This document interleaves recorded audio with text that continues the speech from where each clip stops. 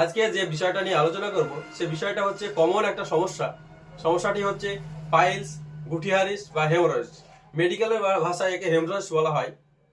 যদি কারো এরকম সমস্যা হয়ে থাকে, যেমন দেখা গেলো পাইলস বা গুটিহারিস হলে আপনি কিভাবে বুঝতে পারবেন?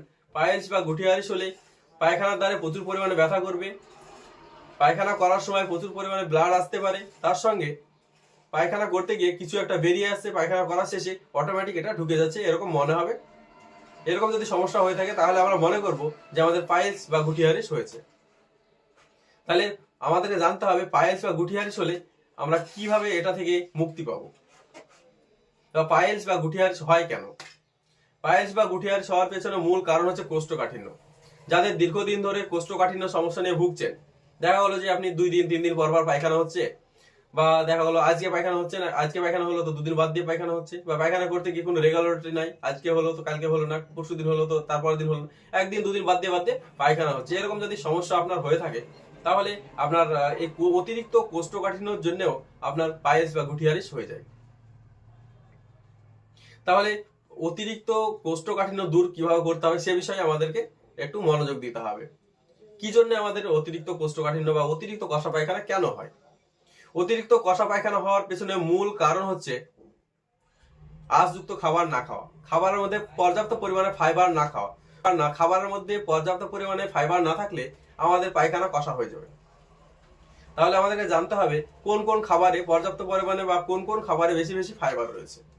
যেমন দেখা গেল সকল রকম সবজিতে প্রচুর পরিমাণে ফাইবার থাকে, যা আমাদের পায়খানা নরম করতে সাহায্য করে থাকে। অনেকেরই দেখা যাবে যে সবজি খেতে ভালো লাগে না।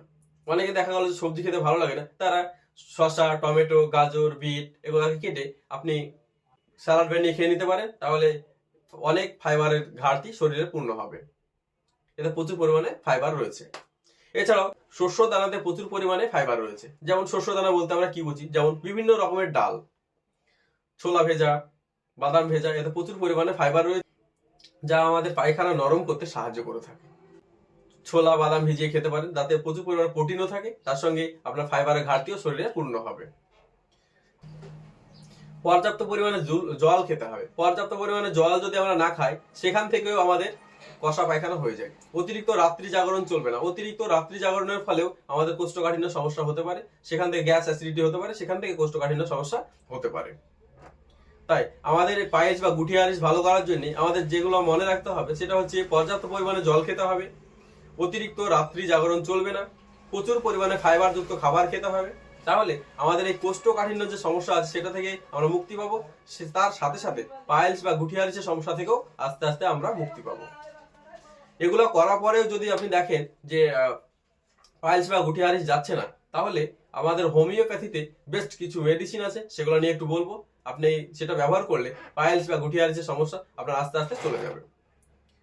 মেডিসিন কোম্পানির পাইলেন ড্রপ ব্যবহার করতে পারেন। সেটা ব্যবহার করলে আপনার পাইলস বা গুটিহারিস, দীর্ঘদিনের পাইলস বা গুটিহারিস সারিয়ে তুলতে সক্ষম। হোমিওপ্যাথি দোকান থেকে মেডিসিন কোম্পানির পাইলেন ড্রপ কিনে নেবেন এবং 20 ফোঁটা করে হাফ কাপ জলে দিয়ে খাবারের আধা ঘন্টা পরে খাবেন। দেখবেন আপনার পাইলস বা গুটিহারিসের সমস্যা 1 সপ্তাহের মধ্যে ভালো একটা ফল পাবেন, এবং ভালো ফল পেলে এই মেডিসিনটা আপনি কন্টিনিউ করবেন। আস্তে আস্তে দেখবেন পাইলস বা গুটিহারিসের সমস্যা আস্তে আস্তে সেরে গেছে। আমার এই চ্যানেলের ভিডিও যদি আপনার ভালো লাগে, ইউটিউব থেকে দেখে থাকলে সাবস্ক্রাইব করবেন, এবং ফেসবুক থেকে দেখে থাকলে লাইক, শেয়ার ও ফলো করে পাশে থাকবেন। এই চ্যানেলে হেলথ রিলেটেড সকল ভিডিও আপলোড করা হয়, আপনাদের অনেক উপকারে অনেক কাজে আসবে। ধন্যবাদ, ভালো থাকবেন।